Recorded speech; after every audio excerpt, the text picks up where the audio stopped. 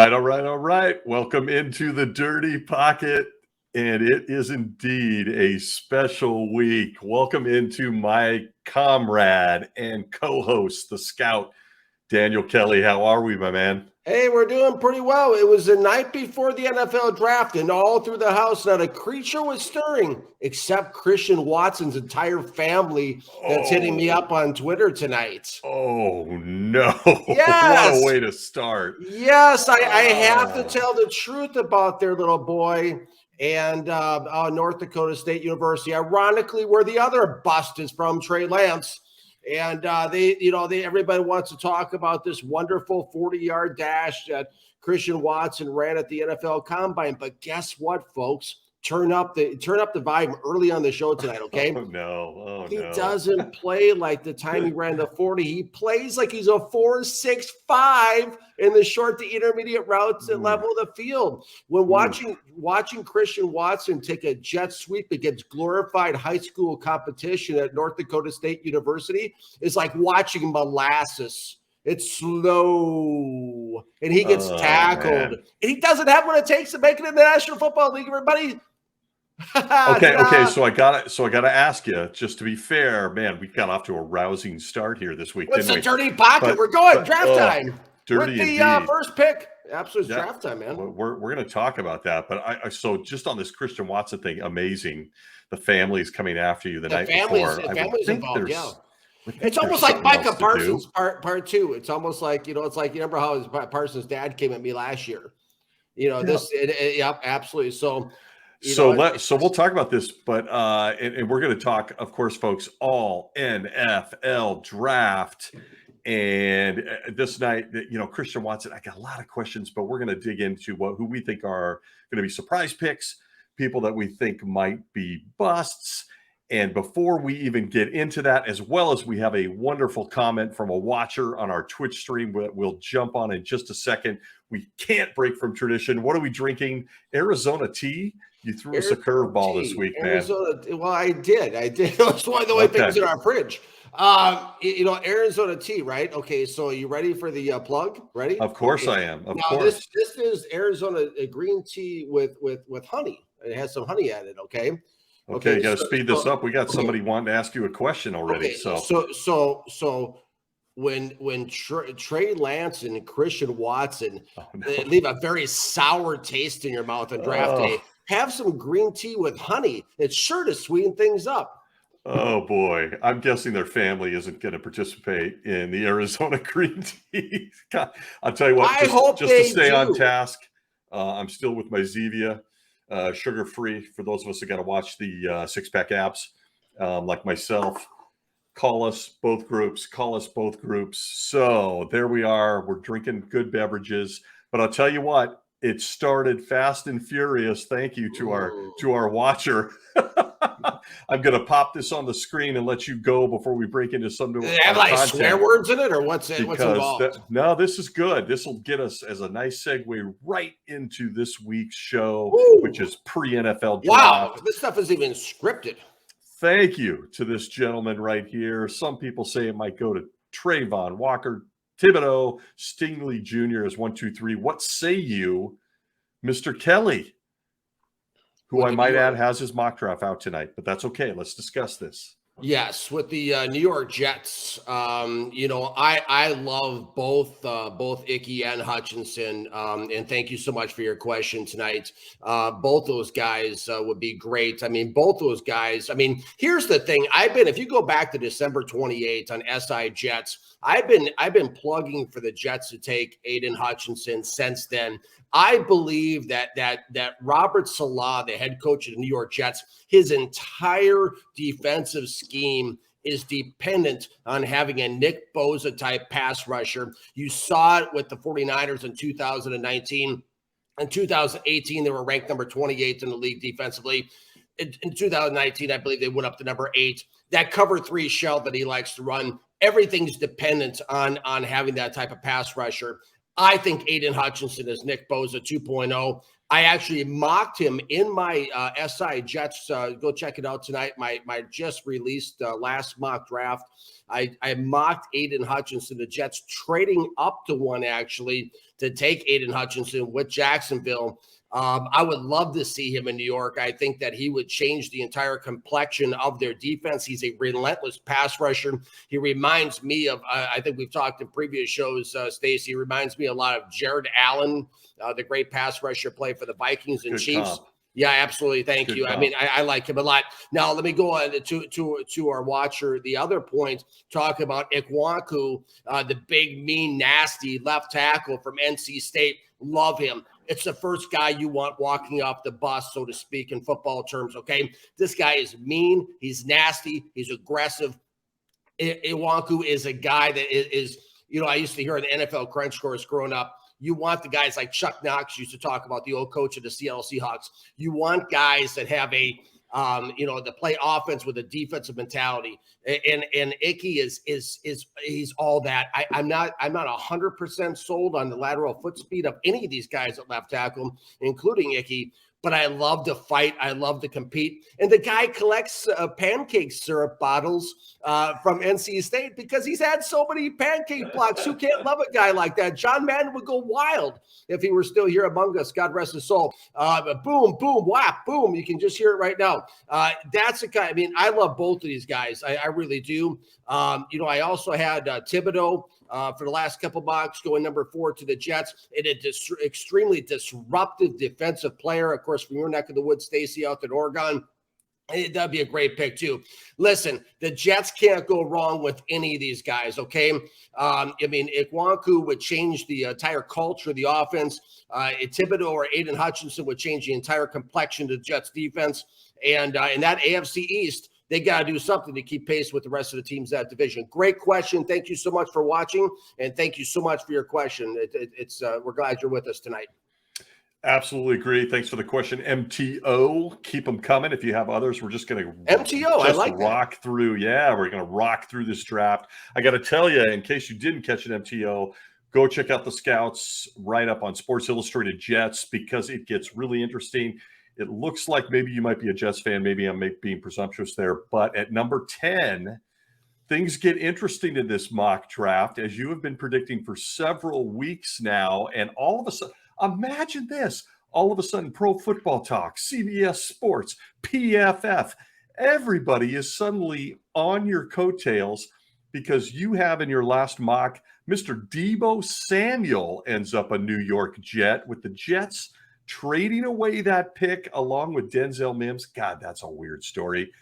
And okay, so if you're a Jets fan, MTO, stay tuned. Go check out that mock draft. But what say you, Scout? You have been calling this with Deebo Samuel. Even I was like, New York, nah, he's going to end up somewhere else. All of a sudden now, the national media is saying it looks like the Jets are that squad. What say you? Interesting. I tell you what, it's cool to be on the cusp of the wage of the trend. That's for sure. Here's the thing. I mean, Deebo Samuel to the Jets just makes all the sense in the world. Matter of fact, I actually sent Deebo at 19 Problems my mock draft tonight. And of course, the big reason, no. Yeah, absolutely, I did. Sent Deebo your mock. Absolutely, I did. Because here's Elon the thing. Musk, take note, Elon. Absolutely, I tell you what, it's he and I are eventually going to meet. By the way, Elon and I. But here's the thing, okay? Probably in some NFL owners box someday somewhere. Okay, here's the thing, okay? It's Deebo Samuel makes all the sense in the world for the New York Jets. Why? There's several reasons that I've been talking about this in my SI articles, okay? Number one, let's play matchmaker. You ever played Newlyweds Game or you see that on TV years ago, right? Oh, you're showing our age there, brother. I know I am, but check this out, okay? It's about matchmaker, okay? Robert Salah used to be in San Francisco with Kyle Shanahan, okay? There's a connection. We do business. We like to do business in the NFL with who we're familiar with. That's number one. Number two, Deebo Samuel fits exactly what the New York Jets need. He plays to Zach Wilson's strengths, and more importantly, he complements his weaknesses. What do I mean? Okay, Zach Wilson's best throwing range is in a short level of the field. He gets more and more erratic the further he goes downfield. Sometimes it's like skipping rocks even on a running back screen, but I'll go there a different day, okay? But Deebo Samuel is a guy that has a big catch radius. He can go up for the ball. He can go down for the ball. That's what I mean by a big catch radius. He's a guy that can take a short pass, and holy smokes, he's good on the yakety yards after the catch. I love Deebo Samuel. I love his heart for the game. I love what he does on the backfield. Of course, he's saying he's disgruntled with that. He just wants to be a receiver. We'll find out. But Deebo Samuel, the Jets have not had a wide receiver like Deebo Samuel since Keyshawn Johnson. Ironically, also wore number 19, who just give me the damn ball. Remember that book? I was out there during that time. Matter of fact, Keyshawn Johnson gave the only autograph he gave to anyone when my family came up before I went for my cancer surgery to my brother Monroe down by the tunnel that day. But that's a different story too. But that was pretty cool. But Deebo Samuel is just that guy that the Jets desperately need for Zach Wilson's development. If I'm sitting in the GM's chair, the New York Jets tonight, there are two major things, and our watcher hit on one of them there with who do you get? As a pass rusher, do you get Kayvon Thibodeau or do you get Aiden Hutchinson? And then the Deebo Samuel situation. The two major things the New York Jets need the most. They need to have one of these type of playmaking wide receivers who can take short passes from Wilson and turn them into longer gains, and guys that have the big catch radius. Deebo is that guy. Now, here's another interesting, and on the defense, of course, we talked about those other two that changed the complexion of that defense. You got to get pressure. The Jets average, I think they were 24th from memory last year on teamrankings.com, 1.9 sacks per game. Okay, that's not getting it done. They were, 4-13? That's not getting it done. They got to be able to get pressure, and they have to be able to move the ball. Those two guys do that. The interesting thing to me that adds to the Deebo Samuel trade rumors is that the 49ers wasted all those first-round picks, 3 number ones on Trey Lance. They need to regain the draft capital they wasted on their scout player of the week, okay? They need to get some picks back. And so this trade all of a sudden makes more sense because the Jets get the guy they need. Okay, Zach Wilson gets the guy he needs to complement what he's doing. It's a trade between two old friends, and the 49ers, courtesy of Robert Saleh, throw back a couple number ones back over to the San Francisco to help make that Trey Lance debacle more palatable for the 49ers organization. And Kyle Shanahan crawls up from underneath the rock he buried himself with that trade last year for Trey Lance. Oh, and the interesting thing in your mock too is you got them sending Denzel Mims, who yes. look, maybe they can turn him into a Deebo-esque type, Swiss Army knife type player under Shanahan. Who knows? I like it. That's one of my favorite things about your mock there on SI Jets. I think that's really compelling. And I feel like the Jets are going to be an interesting team to watch tomorrow night and Friday night. I know you'll be watching them. And I mean, you've got a lot to write about. You got the Jets, you got the Detroit Lions. I'm starting to, for the first time, I think, come around to the fact that we're looking at smoke screens. I don't see, to MTO's point earlier, I don't see Trayvon Walker going at number 1 or number 2. I am seeing reports now that Kayvon Thibodeau of Oregon is literally on speed dial with Dan Campbell in Detroit. So I think that may be a choice after all. You, however, have stayed strong and solid in your choice of Malik Willis at number 2 to the Lions. I think that'll be a disaster. We disagree on that one. Do you still think Malik goes, if he doesn't go to Detroit at number 2, which I think would be the first shocker with some of the offensive linemen and receivers on the board, do you think Malik slips out of the top 10, or do the Carolina Panthers at 6 make a run at him? Or do the Panthers call up Cleveland and say, what's Baker Mayfield worth? What do you think happens there? Does Malik go number 2? You're staying strong on that, huh? I released that in my mock tonight. I love Malik Willis. Yeah. I will say this, I will beat on this drum all day long. He is the most dynamic football player in the 2022 NFL draft. This guy is the best runner we have seen come out since Lamar Jackson and Michael Vick. and the guy has a cannon for an arm. Now, granted, he's a little rough around the edges. He's coming out of Liberty, blah, blah, blah. All the quarterbacks that come out of the draft. Okay, the college game and the NFL game is different. How is it different? In college football, we all play in the shotgun and we all snap and we want clap our hands when we want the snap, okay? It's like the clapper. Remember that back when we were young? Clap on, clap off. Okay, that's what they do. There's no more hard cadence. There's none of that, okay? But all the college guys, all the quarterbacks, throw the ball when the guy is like, it's like watching, you remember Charlie Brown, the Peanuts, you remember that, throw it here, that whole, the cartoon. That's what college quarterbacks wait for, okay? They wait for a lot of times the guys where they make their break, they're standing, they're yelling, there's nobody within 20 yards of them, okay? That's not the NFL game. The NFL game is like playing Major League Baseball. You have to start swinging the bat before the guy releases the ball, okay? Because it's so fast. In the NFL, these guys, you got to throw the ball before the receiver breaks, okay? And he's going to be there, boom. Okay, that's the part of the game Malik Willis has to learn, and that's the part of the game that has been most challenging for the likes of Trey Lance and Trevor Lawrence and Zach Wilson to learn is the timing routes opposed to college football, and none of the three guys have gotten it yet, nor will they probably. Okay, so, but that's the biggest difference. But outside that game, back to Malik Willis, he will set Detroit on fire. It's going to be electrifying to see what this guy does. He is the most dynamic football player to come into Detroit since Barry Sanders. Everybody's going to have a Malik jersey on. As a matter of fact, I'll give you a little preview.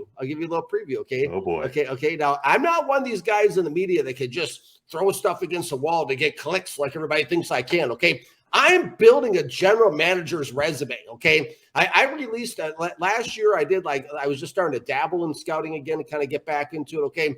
I got about 13 out of 14 first-round picks right last year, okay? And I posted those today on Twitter. Thank you. Thank you. The only guy I really missed on was Patrick Surtain, okay? The corner. Good player. Yeah, it's the only one I really missed on. The other ones I hit on every single one. I mean, Rashawn Slater was my LT1. He was a Pro Bowl starter. Oh, great. Great player. I mean, Kyle Pitts, loved him. Tight end one, Pro Bowl tight end. Okay, but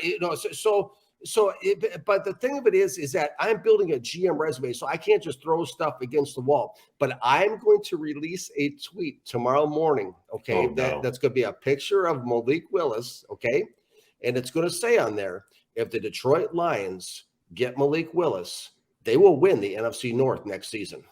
Oh my. Well, we're going early on our picks, and it's April here. Okay. Malik Willis to Detroit. I love Malik Willis. If he goes to Detroit, I am ordering a Malik Willis jersey first thing on Monday morning. That's how much I like him. I love this guy. And I continue to say inside of 3 seasons, if they do that, it'll be on the discount rack by his sophomore, junior season. We can disagree. Yeah, no, that's what makes our show great. We always disagree. Well, we don't always disagree. What we do on this show, Stacey, is we teach Twitter. Okay, now if Elon Musk, if he wants someone to come on there and give tutorials on Twitter, how to treat people and how to properly conduct yourself in areas of disagreement, we set the tone for that. Okay, I don't have to call your mother 18 different names to try to artificially prop up my point like everybody does with me on Twitter. Okay, I can just say, hey, okay, that's cool. I disagree with that. That's still okay. Unlike all the people, you know how many hundreds of notifications I get a day calling me every name of the book. And it's funny because like Trey Lance and Christian Watson, these different people, they all talk around the subject. It's all like, oh, that's why you're a former Jet scout. And that's why you're not in the league anymore. And that's why, oh, by the way, are those lips on your neck? Yeah, they are. It's my wife's kiss mark. I've been kissed by an angel. Okay. What else do you want to know? But everybody wants to go down all these rabbit holes, okay, and take all these personal shots because they don't have a leg to stand on with the points they're trying to make. Their points are absolutely artificially unsubstantiated. I mean, that's, what I mean? So, but we're teaching people on here how we can respectfully disagree and still get along. It's okay. Disagreement's fine. Like I always say, once I become a GM, it's not about being right. It's about getting them right. I'm okay with disagreements. It's okay. Okay, so are you ready for one? Because our friend MTO is still with us, Oh, good. I think you're going to agree with everything he has to say until the end, based on what I know about you. So, MTO, if you're listening, your chat is about to go live to the Scout, and look MTO out. again. Here we go. The Trent Baalke comment. I agree with MTO, by the way. In agreement, this host. The Scout, I think, is going to be in disagreement. I will tell you that I agree with you, MTO. For the Jags to pick Trevor Lawrence, who I continue to say is Jeff George, and Trayvon Walker, I think that's out of the question. I think there's no way the Jags do that. They're going to go Aiden Hutchinson, who I think is going to be, I like the Jared Allen comp. I think he's Jared Allen, Chris Long. I think he's going to be a little overdrafted, but have a nice career. That's my take. But Scout, Trent Baalke, clown show. There are several of us, including those of us that are fans of the world champion Los Angeles Rams and remember Baalke at pass stops. Does Baalke go outside the box? I mean, we're on record here about Aiden Hutchinson. What do you think? Well, let me read the question here. Let me read the question a lot because I'm more of a comment. Well, yeah, and thank you so much for watching, MTO. We really do support you. You know, appreciate your support, Absolutely. and thank you for writing questions, and we really do appreciate that. Thank you. It's awesome. Okay, so because I'm the type of guy that can only do one thing at once. Like when I was a kid, I could only eat one piece of meal. So I was listening to what you were saying. Now I'm going to read this. Okay. You guys do a really good job. Finally, good to see you. Thank you for that. Thank you. I thought Daniel Kelly mentioning politics was initially a little silly with the Jags, but Lawrence and Trayvon Walker going number one back-to-back years is a joke. Baalke really is a clown show. Well, it's interesting. First of all, Trayvon Walker is a second-round defensive tackle.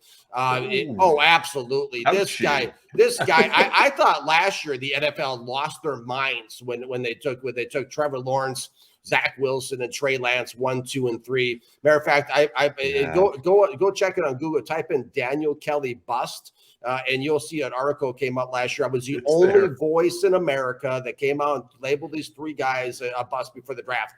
So I thought that was ridiculous. But this year, the league has got even. Well, I don't know if the league they haven't done it yet. Maybe it's just the media, the platform. So I shouldn't be premature in saying that. But Trayvon Walker, are you kidding me?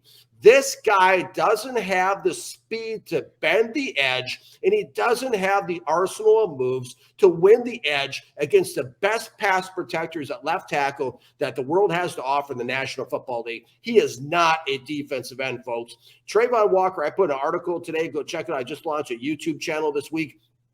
Former NFL scout Daniel Kelly, it's called. And I talked on there about Trayvon Walker. Yes, Trayvon Walker is a second-round defensive tackle. I like what he can do initially by getting a push and how he can move inside the gaps on either side. That's his game. That's his thing. But the star defensive lineman of the Georgia Bulldogs was clearly, anybody who watched the game film could see it was number 95, Devonte Wyatt. That's the guy that's the pocket wrecker. Yeah. That's the guy that's in people's face every single play. Him and Nakobe Dean were the two pass rushing studs in Georgia, not Trayvon Walker at all. And I wasn't impressed with Trayvon Walker all that much.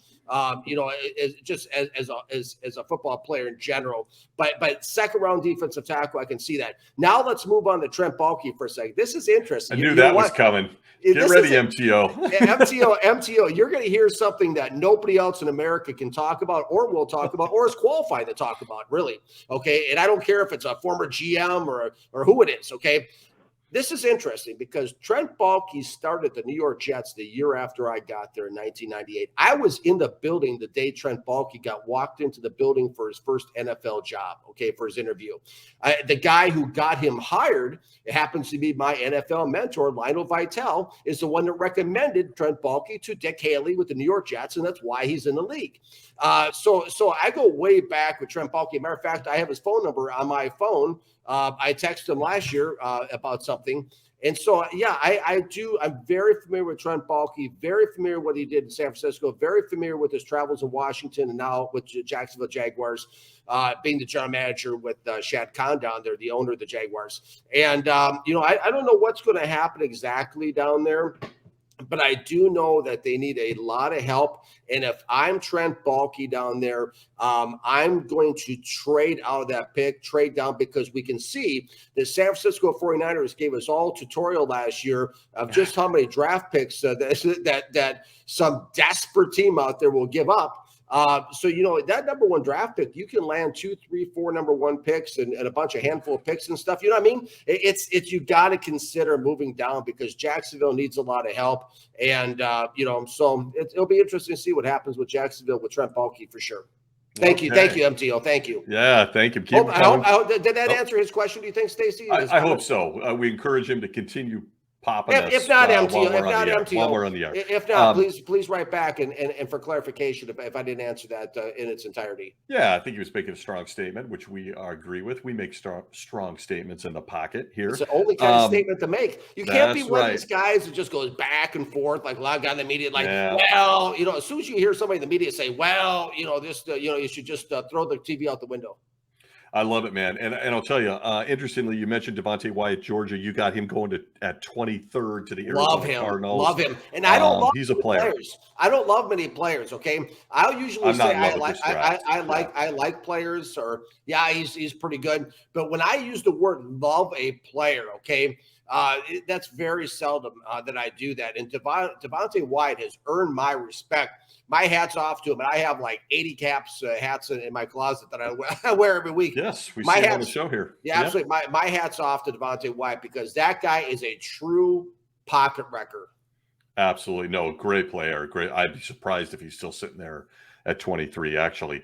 Okay, so other some highlights from your mock draft. We've been doing a mock draft for 3 weeks on this show. A lot of these are fairly similar, but I think on the eve of the NFL draft, we have an opportunity to throw out some zingers. It does feel like Christmas, doesn't it? Oh, it does. I love the NFL draft. Love it. And that's when that's even as a man who's a fan of the world champion Los Angeles Rams, who don't have a choice. Can we play a preseason game just to get beyond that title so we can start a new season? Still going to be world champs, man. I'm going to get mileage every week out of that. I heard Aaron Donald bought a new house today, some 9-house room mansion. He did. Take a photo or take a look at the photo. It's like your house, I heard. A little different. A little bit different. By about 17 rooms, a weight room, a theater, and a pool, and all sorts of other stuff. But pretty close. I do have doors and I have windows, so there's some similarities. It's like I give people directions. I'm like, our house is down there by that tree on the corner. Yeah, exactly. So we don't even have a pick until I believe 105. So nothing for us. You don't deserve one until 105. You don't. I mean, when you're the world champion and a destination for every free agent in the league, people want to do that. Yeah. But you have another thing that you and I agree on as we went through our mock that I think is really cool, and we need to pull it out because earlier today, the Cardinals actually exercised the 5th-year option on Kyler Murray in Arizona. Well done, Mr. Kelly. Well done. See? Some people don't think I think things up, but I really do. You thought this through. I love it. I too think there is a very strong chance the Cardinals move Kyler Murray tomorrow night. And I love that you say him going to the Steelers. That was a team that I thought would be in love with him as well. Number 20 pick, 2023 first round. You brought that up. That made a lot of sense. Yeah, it was on my mock. Yeah. You come up with some good things, Stacey. You really do. Every now and then I take a shower, brush my teeth, and say something smart. Absolutely. The comp you made that one time to Trevor Lawrence and Jeff George, I still love that to this day. I'm sticking by it. And I got another comp. Ooh, my voice cracked there. I got another comp coming for you. Well, you're going through the change. That's why. I am. I'm finally getting puberty. The NFL draft brings that out in me. I become a man. But I've got some comps on the QBs that I'm going to run by you. Boy, we are on fire tonight. Absolutely. So we'll get to those. But I love that trade. Do you think there's any possibility, and I'm throwing out things like Carolina Panthers, Seattle Seahawks. I don't see it with the Saints. But do you think anybody makes a move for Baker Mayfield tomorrow night? I do, and this is going to be interesting. Okay. I think, it always is, right? I think that when Arizona trades Kyler Murray to Pittsburgh, Ooh. I think that now who did Kyler Murray used to? What college did he play at? Where did he play? Did he play the same place? Somewhere in Oklahoma. Was it? Didn't Baker Mayfield play there? Everybody gets a statue there. Baker did play there. He got a statue this week there. I think that perhaps Arizona turns around and trades for Baker Mayfield. Interesting. Putting Baker in the NFC West where he can be beat up by number 99 on the world champion Los Angeles Rams. Thank you. Wow. This is furnished by the National Football League. Yeah, no, it's I can see maybe for not for a first round pick, obviously, but like a third round pick, a second, third round pick, something like that. I could see him definitely being dealt to Arizona. Carolina, I don't know what exactly they're going to do on the quarterback front. I can make guesses. But I really I hit in my mock draft.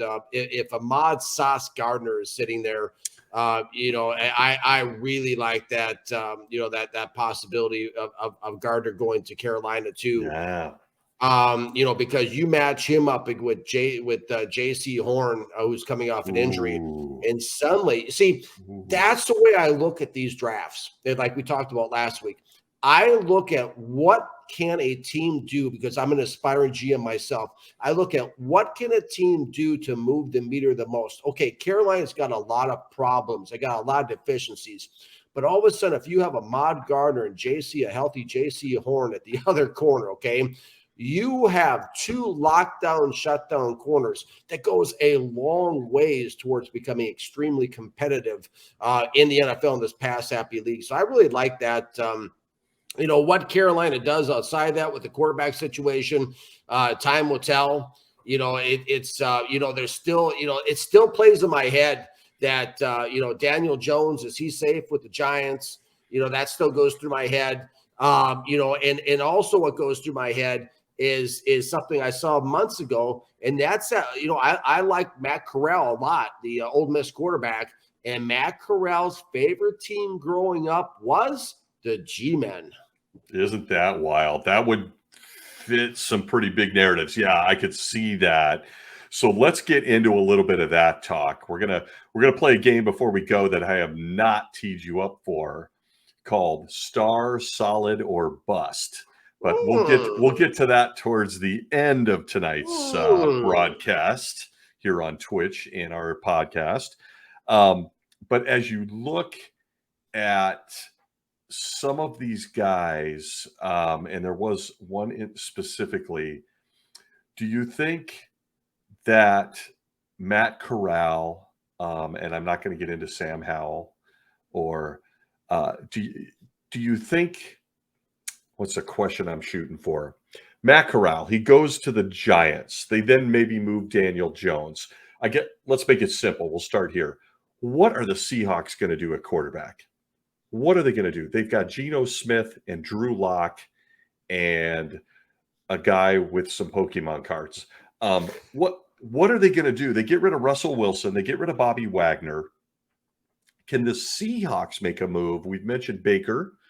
You mentioned a rookie in Matt Corral. We mentioned Kyler Murray. Do the Seahawks do anything in this draft, in your opinion, to try to get a quarterback? I don't think so. I don't think they're Interesting. Going to. Okay. I think the Seahawks have a 2-year plan in their minds right now. Okay. And I think that you got the two big quarterbacks coming out next year, and the Alabama guy and the Ohio State quarterback. They're already being rumored to go 1-2 next year. So I think that Bryce Young. And thank you for the earpiece was just fed into me. No, I'm just kidding. I don't have there's no production people. And CJ Stroud. So I'm talking about here. Oh, those could be good. Yeah. You think hold off a year?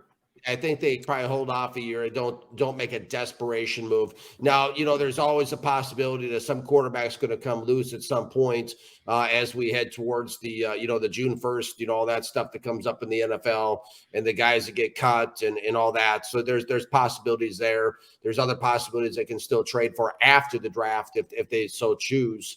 But I think Seattle probably just kind of just stays where they're at. And, that Matt Corral thing. See, I personally don't think, everybody sits there and says that the Houston Texans aren't taking a quarterback. I think they have to take Matt Corral at number 3. I don't think they have a choice. I think Nick Caserio, there's no possible way that he's going to hang his hat. He's going to bet his job on the quarterback they have down there in Houston right now. There's just no possibility of it. Davis Mills, huh? Davis Mills. He's not going to bet his job on Davis Mills. That's not going to happen. So, and the same thing, I think, and the reason why I think Malik Willis goes number 2, touching on him again for a second, is Brad Holmes and Dan Campbell are going to be fired on Black Monday next year if they do not make this move. Detroit's not a defensive player away or an offensive guard away from this type of thing. If they do that, they're just going to be moving these guys in for the next GM, which could possibly be me. That's the reality. Brad Holmes, okay. Look out, Brad Holmes. Well, absolutely. I mean, but I mean, they're not going to make it. There's no way these people in Detroit can survive another 3-14, another 4-13 season, 5-12 or whatever it is now. It adds up to 17. These guys aren't going to survive that. You have to get the quarterback in there. You have to have hope. You have to be able to offer your season ticket holder base some hope. You have to be. I mean, you can't just sit there. I mean, can you imagine working in the ticket office of Detroit or Houston and calling these season ticket holders and asking them for thousands of dollars with these guys? They have a quarterback. I mean, I know you like golf, but it's just when you watch the Detroit Lions on offense on TV, I have to watch them all the time for the write-up articles. I do too. I watch them in the morning out here. It's like watching paint dry. I mean, it's like 2 of their top 4 receivers are a running back and a tight end. It's just they have no electricity, no excitement whatsoever. And to go from Deshaun Watson to what they have in Houston now, that fan base is not going to respond to that.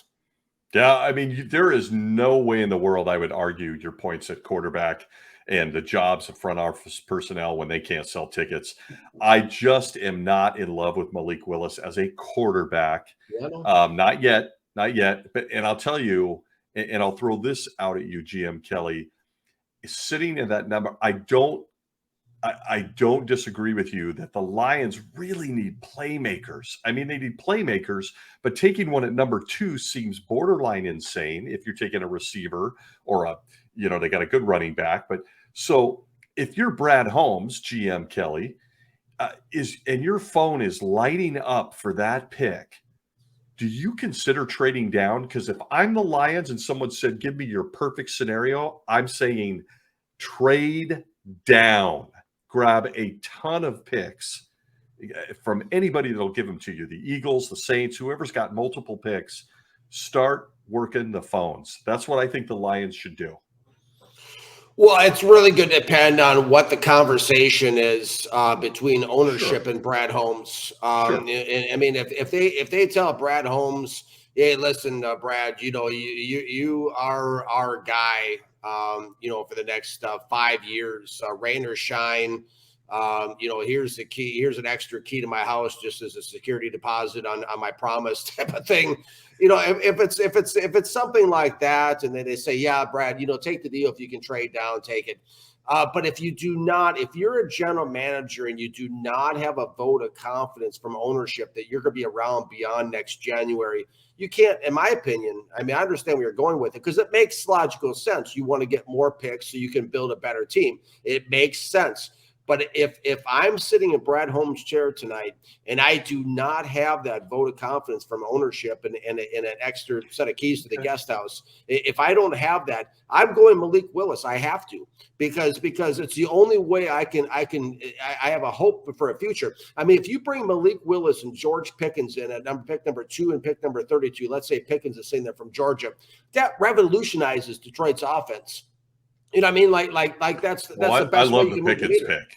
Yeah, Pickett's. I mean, so, but yeah, I get what you're saying, Stacey. I mean, yeah, if it all comes down to what the communications are from ownership, if you ask me. I mean, of course, some Brad Holmes. I mean, he's going to get paid rain or shine. That's how NFL, GM contracts work, whether they fire him or not.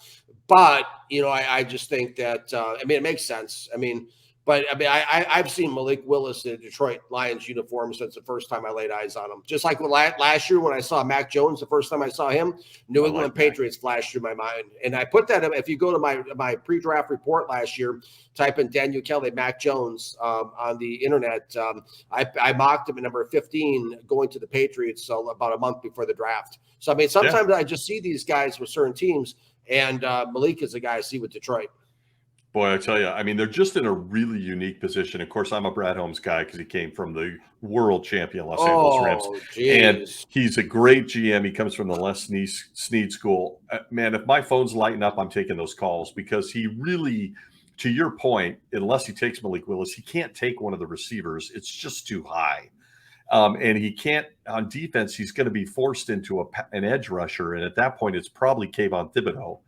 So if somebody's calling and they're offering a couple picks later in the first and a pick next year and everything, I'm listening to that call because that offense is anemic when Amon St. Brown is your top receiver to go with Jared Goff, and they've got DeAndre Swift. They've got a nice offensive line, so taking one of those tackles there might be kind of questionable. It's a really unique position for Detroit, and I'm rooting for them. I hope that city's overdue. I hope that they really get something good out of this draft pick, something good. Right. And you say their offense is anemic. Well, their defense is even worse. Exactly. And they can't, outside of an edge rusher, if they reach for a corner, it's too early. If they reach for one of the linebackers, it's too early. So, God, work the phones, Brad Holmes. If somebody's going to give you a pick later in the first round and you can get a couple of receivers and a defensive star, I mean, you love Nakobe Dean.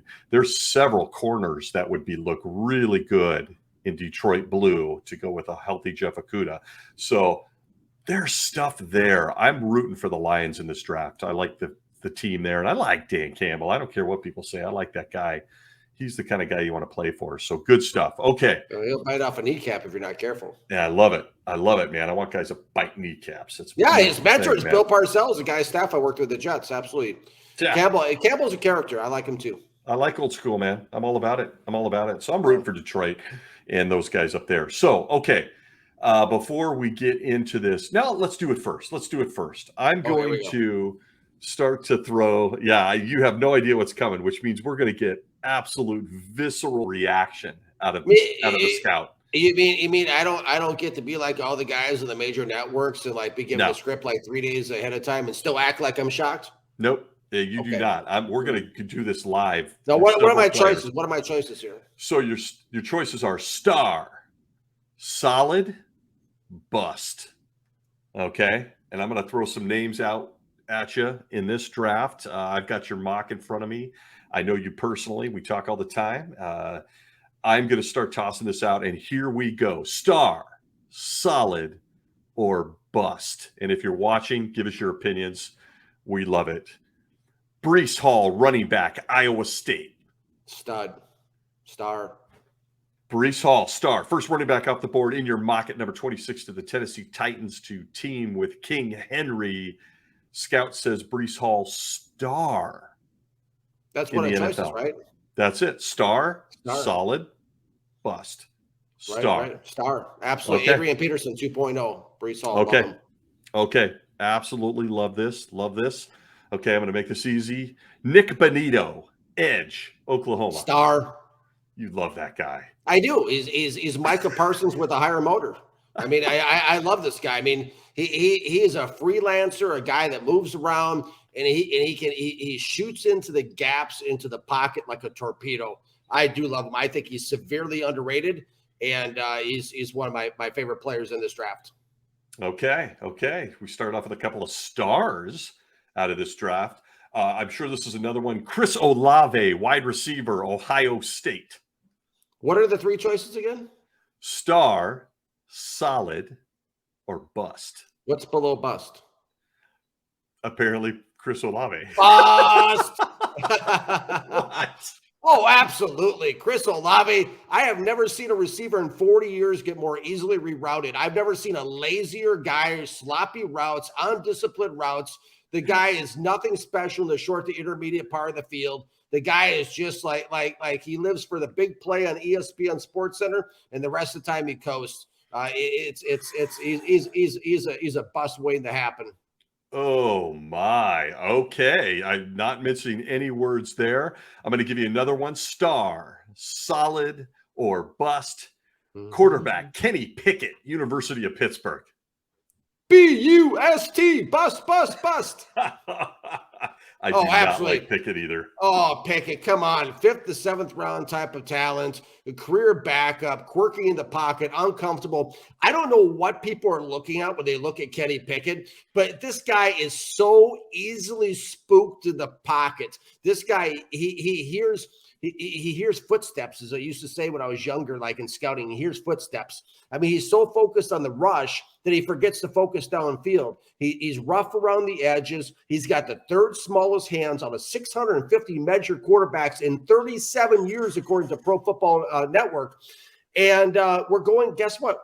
We're going up a size football. What do I mean? The NFL regulation size football is bigger than the college regulation size football. So Kenny Pickett with his small little hands is going to be gripping a nice wet, rain-filled, snow-filled football and trying to throw it downfield. Now, Kenny Pickett, he's tough, okay? And the thing I like most, okay, I talk a lot about what I don't like about Kenny Pickett. The thing I like most about him is he doesn't take unnecessary chances with the football, unlike Trey Lance, who in 3 games last year, the opposing team touched the ball 11 times. Talk about bad ball protection, okay? That's not Kenny Pickett. But Kenny Pickett, he's tough. He's smart. He protects the football. This guy will make it in the NFL as a career backup for probably quite a few years, okay? Pickett will. And he can come in and provide a spark, okay? He can do that, but he'll never be what you need him to be as a starter. And his ball placement downfield is too erratic and everything. And it's just let's put it this way. If you put Kenny Pickett in the New York Jets last year, okay, he would have been sacked 4 times as much as Zach Wilson was last year with the Jets. Ouch. Because Zach Wilson actually is mobile and can run and get out of harm's way. This guy is like a guy. He should endorse like concrete bricks for shoes, trying to scramble.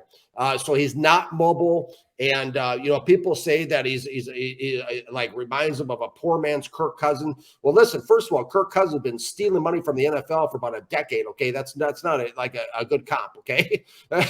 He's going into the Hall just based on contracts. So he's going into the Hall. Kirk Cousins. Kirk Cousins going to the Hall because he's going to buy the Hall. Okay. But Kenny Pickett bust. Yeah. Let's move on. Yeah. Okay. You got a comp on Kenny Pickett. My comp is Blaine Gabbert. Mine is Rusty Hilger. Woo, that's going back for us old timers. Rusty Hilger, rest in peace, my man.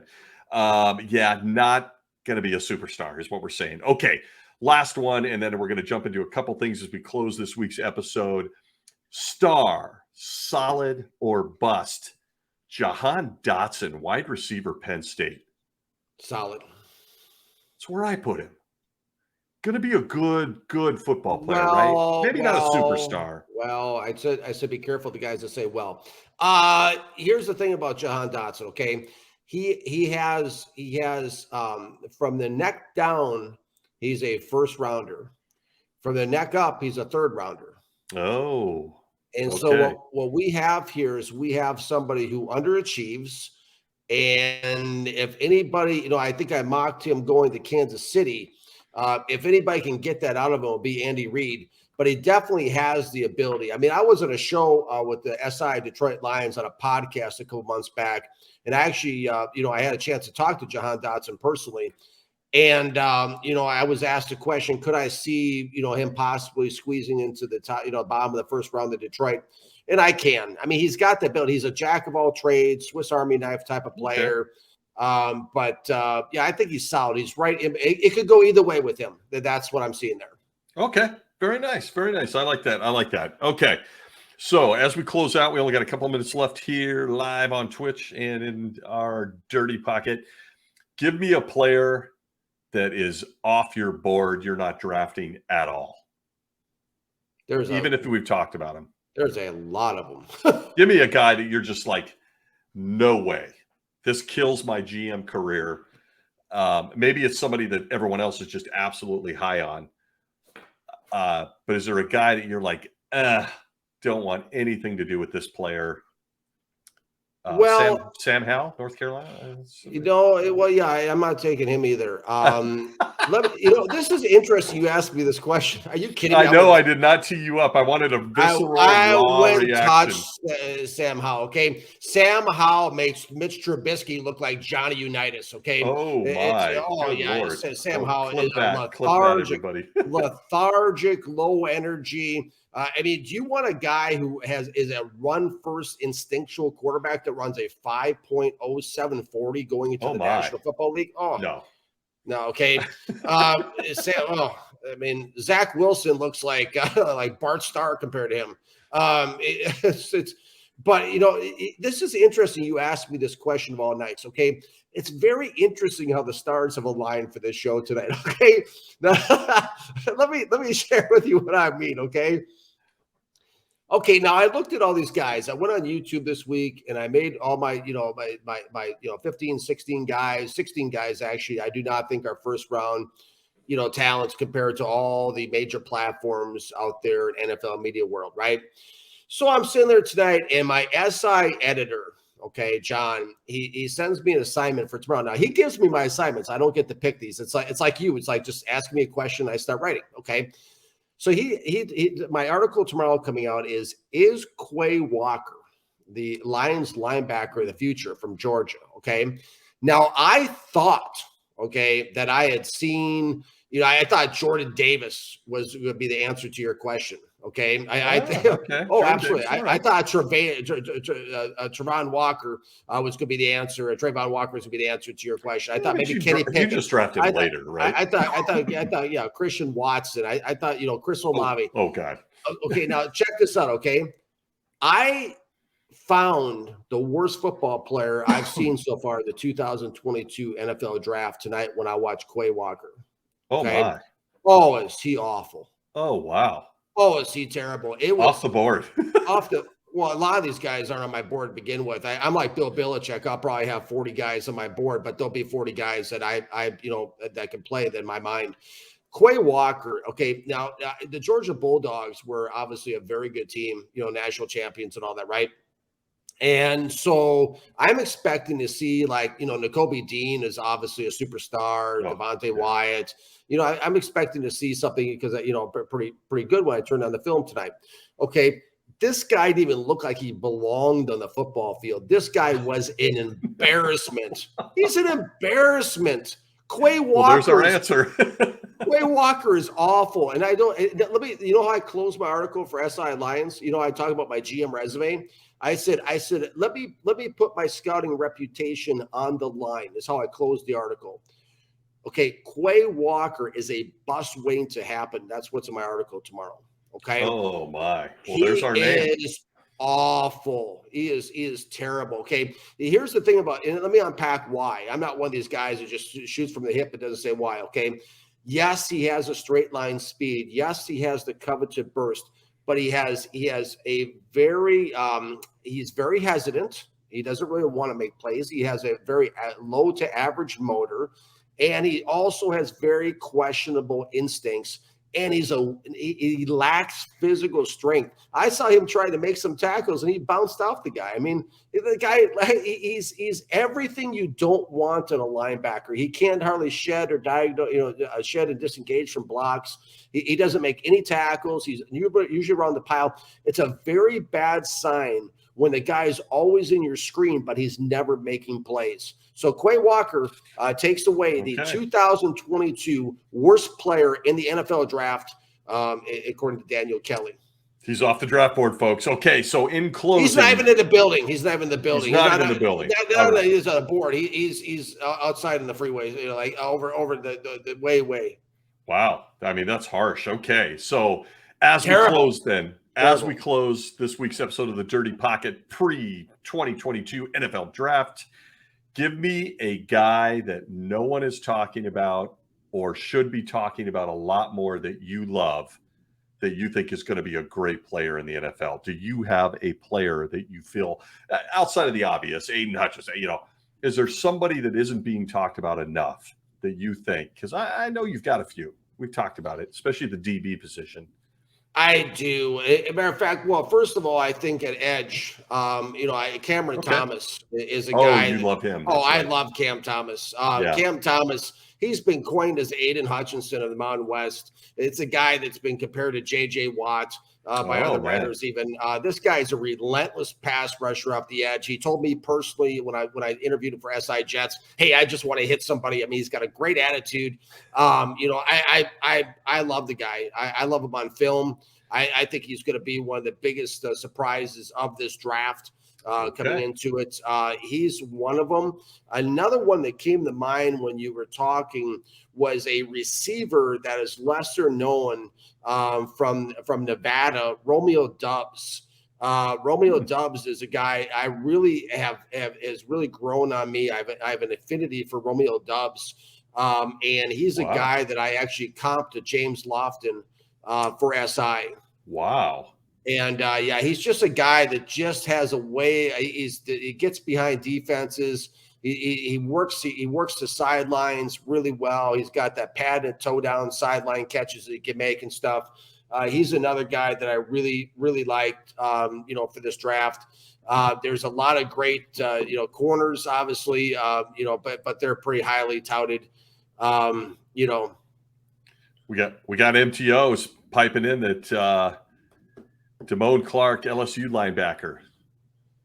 Very nice. Thank you, MTO. Thank you, MTO. I love getting everybody's opinions. Some of the folks that are watch college football, watch NFL.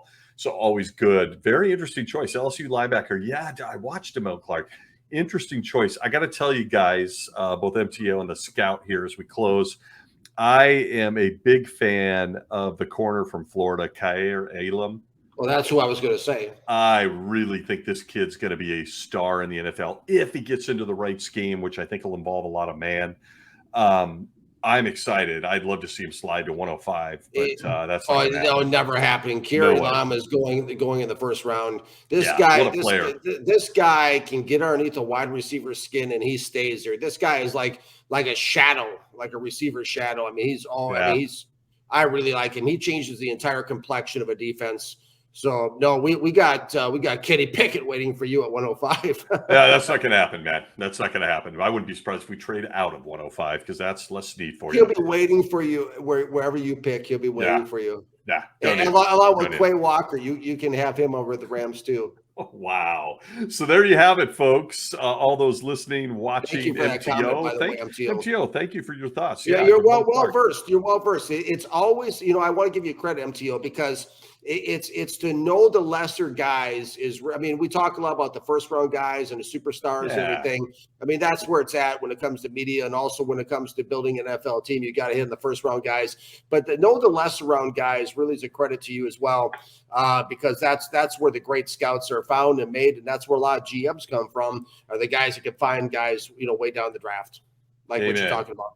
Amen. We appreciate you even taking the time to comment. Yeah, thank you. There you have it, man. Yeah, there you have it. Our first Dirty Pocket NFL mock draft was the last 3 weeks. Tonight was kind of a summary with a whole bunch of other fun stuff, but we are closing it out as we prepare for tomorrow night. We got to get our beauty rest as we will have lots to talk about next week on the heels of this NFL draft.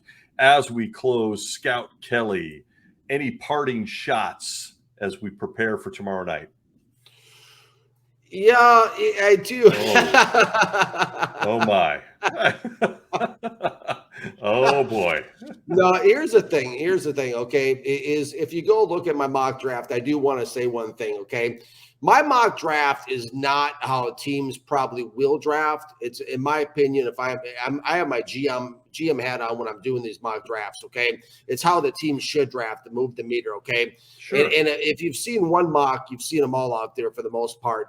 But, my parting shot really is I think this will be they're all critically important, but I think this is going to be a very critically important draft for several franchises. And what I mean by that is it's either they're going to take a step forward or they're going to take a decade step backwards. Who am I talking about? Okay, I'm talking about teams like Washington, the Hat. I'm talking about teams like Detroit. I'm talking about teams like the Jets. I'm talking about teams like San Francisco.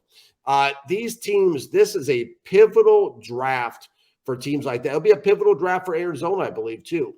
And also for Dallas. I think it's going to be a very big draft for them as well. And also for the Giants. I mean, more and more teams. I just think it's going to be a really big draft for a lot of teams.